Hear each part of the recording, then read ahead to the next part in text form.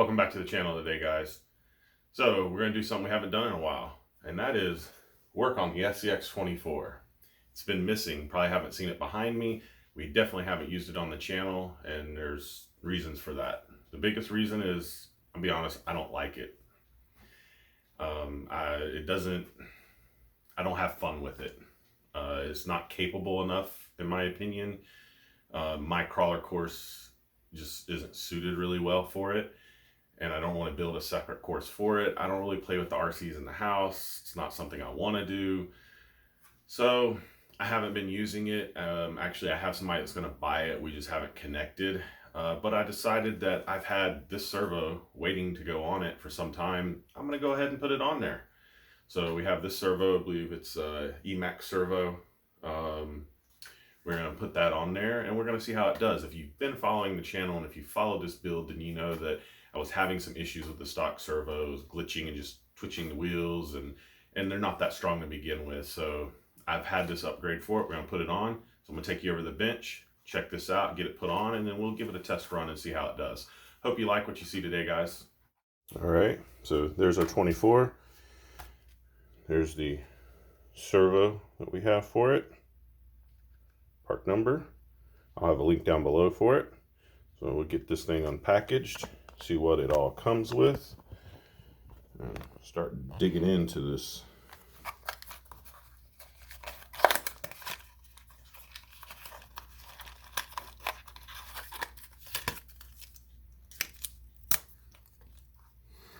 There's our servo. There we go.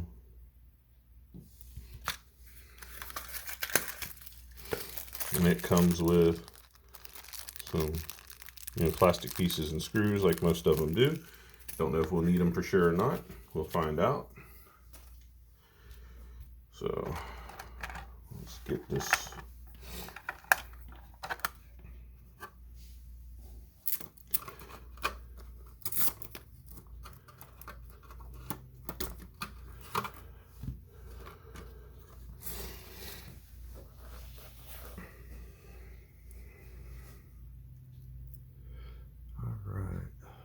So 2 screws holding it on, plus our servo horn. Trying to see here if so it looks like best bet is push the suspension up, get our bolt out of the servo horn and pull it off, and then get our 2 screws right there. So I'm going to get that done and come back to you. All right, guys, so I got the servo out. First thing I noticed when I took the servo horn off is this piece here stayed on the servo, and you can tell, well, I guess looking at it, I thought it was broke, but looking at the servo horn and looking at this piece, I guess they made it as almost reminds me of a servo saver. At first I thought it was broke, and I was like, okay, that's why it was being funny, but it's more like a servo saver. So I don't know if we can reuse that piece on the new one. Let's see if it will slide on.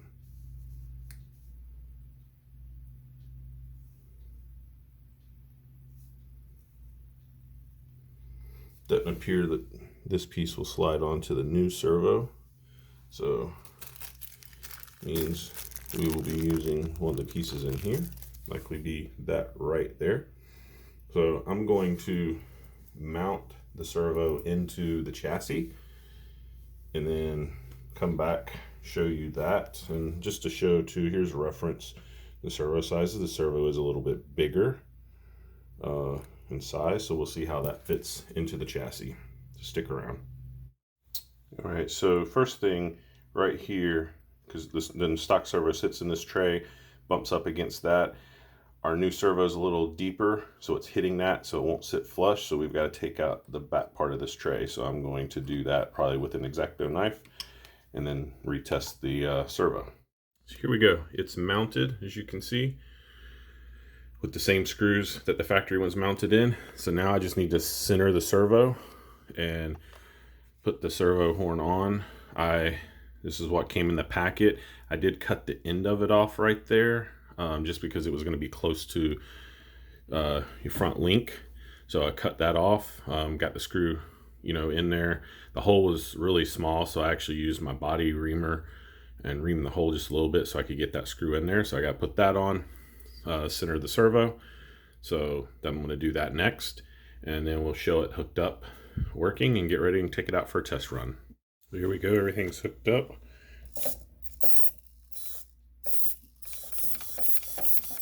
Sounds good. So we're going to take it out back and we'll see how she does. Here we go.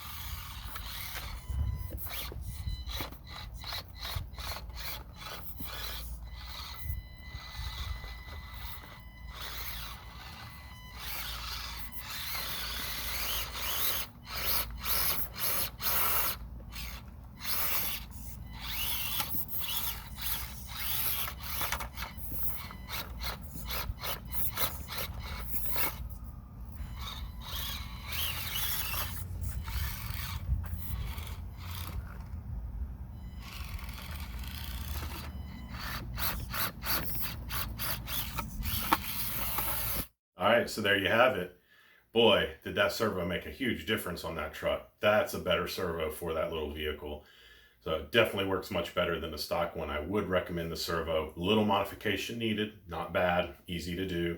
No big tools needed really. What do you think? I definitely think it helped it. As I said in the beginning of the video, I haven't been playing with that. It's still, even then, the steering is much better, but it just does not do it for me. The little 24s just don't do it for me. So it will be going. You likely will not see it again on the channel, maybe, but not likely. So I am getting rid of it. Just doesn't do it for me. I guess after playing with the bigger 110 scales, I'm maybe spoiled. So yeah, I hope you like what you see today, guys. And if you do, please like, share, and subscribe. And until the next time.